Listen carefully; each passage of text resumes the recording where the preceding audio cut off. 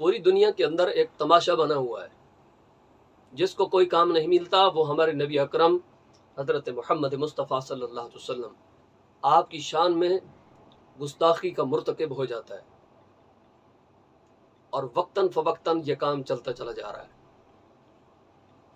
اور مسلمانوں کے اندر خصوصاً بہت بڑے طبقے کے اندر اس مسئلے کو دیکھنے کے لیے ایک چشمہ انہوں نے مغرب سے، یورپ سے منگوایا ہوا ہے، اور وہ چشمہ کیا ہے؟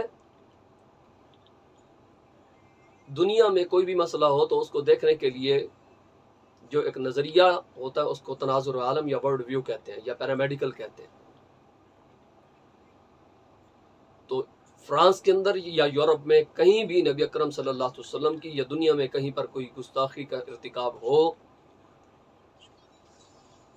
تو مسلم ممالک کے سربراہان اکثریت ان کو اس نظر سے دیکھتے ہیں کہ اگر ہم جوابی کارروائی شریعت مطہرہ کے مطابق ہم دیتے ہیں ہوگا کیا کہ ہم معاشی طور پہ کمزور کر دیے جائیں گے، ہم سے 20 ملک ٹوٹ جائیں گے، 15 ملک ٹوٹتے ہیں، معاشی طور پہ ہمارے پاس بحران آ جائے گا۔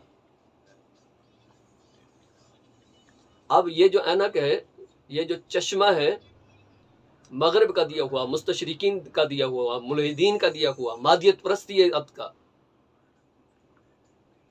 آئیے دیکھتے ہیں کہ نبی اکرم صلی اللہ علیہ وسلم کی زندگی اطہر کے اندر نبی اکرم صلی اللہ علیہ وسلم کے پیارے صحابہ کرام علیہم رضوان آپ بھی اسی تناظر عالم سے دیکھا کرتے تھے، ان کا بھی یہی ورلڈ ویو تھا۔ جب ہم نے نظر دوڑائی سیدنا حضرت ابو بکر صدیق رضی اللہ تعالیٰ عنہ،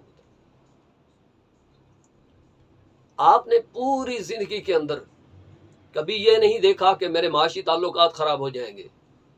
جب مکہ والوں نے کہا کہ اے ابو بکر قرآن اچارنا پڑھا کرو، ہمارے بچے متاثر ہو کر کے مسلمان ہوتے ہیں، آپ قرآن پڑھتے رہے،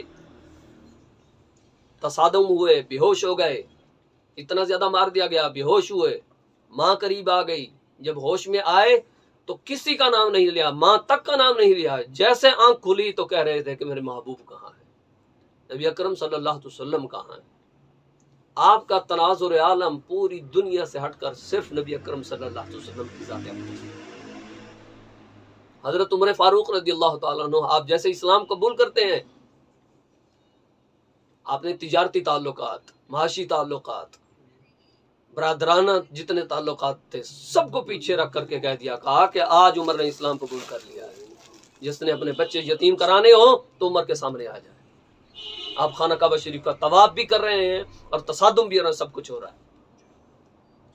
یہ اینک صحابہ کرام علیہم رضوان کے پاس نہیں تھی، یہ تناظر عالم ان کے پاس نہیں تھا، جو آج لنڈے کے مستعمل مغرب، آج کے جدید قسم کے فلاسفر اپنے فلسفے جھاڑ رہے ہیں۔ حضرت عثمان غنی رضی اللہ تعالیٰ عنہ آپ کی سخاوت پوری دنیا میں معروف ہے۔ مدینۃ المنورہ میں جب قحط سالی آتی ہے اور آپ کا تجارتی قافلہ آیا تو لوگوں نے کہا کہ اتنا زیادہ ہم آپ کو پروفٹ دیتے ہیں، تو اس پروفٹ میں آپ ہمیں بیچ دیں گے اپنا مال؟ آپ نے کہا نہیں، اس سے بڑھ کر کئی گنا زیادہ، کئی 100 گنا زیادہ مجھے ایک تاجر ہے جو میری تجارت کا نفع دے گا۔ کہا کون؟ انہوں نے کہا وہ میرا اللہ ہے۔ پوری تجارت کا مال جو تھا وہ مدینے میں تقسیم کر دیا۔ تو تناظر عالم جو صحابہ کرام علیہم رضوان کا نظر آتا ہے وہ کچھ اور تھا۔ آج جو موجود ہے یہ مغرب سے مستعمل شدہ ہے، وہاں سے دی ہوئی ہے یہ اینک، اسلام کی یہ اینک نہیں تھی۔ حضرت عمر فاروق رضی اللہ تعالیٰ عنہ آپ کے پاس تو فیصلہ کروانے آئے، پتہ چلا کہ حضور کی بارگاہ سے یہ فیصلہ ہو چکا ہے، اور تلوار اٹھائیں اور جو منافق مسلمان بن کے آیا تھا اس کی گردن اتار دیں۔ اور نبی اکرم صلی اللہ علیہ وسلم کے پیارے صحابی حضرت ابو بکر صدیق کے سامنے آپ کا والد آئے تو اس کو تھپڑ مار دیں، اور قرآن نازل ہو جائے کہ لا تجد قوم یؤمنون باللہ والیوم الآخر۔ حضرت بلال حبشی رضی اللہ تعالیٰ عنہ آپ کا یہ تناظر عالم نہیں تھا، آپ کے سوچنے کا یہ معیار نہیں تھا جو آج ہمارے پاس موجود ہے۔ حضرت عمار بن یاسر کے پاس یہ نہیں تھا، اور یہی معیار، یہی طریقہ کار حضرت امام حسین کے پاس نہیں تھا۔ امام احمد کے پاس نہیں تھا، امام مالک کے پاس یہ نہیں تھا۔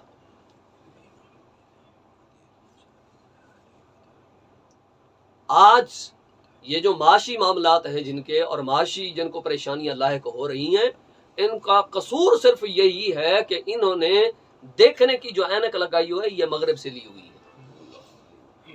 اس مسئلے کا صرف ایک حل ہے، وہ حل کیا ہے؟ وہ یہ ہے کہ حضور کی عزت ہے تو سب کچھ ہے۔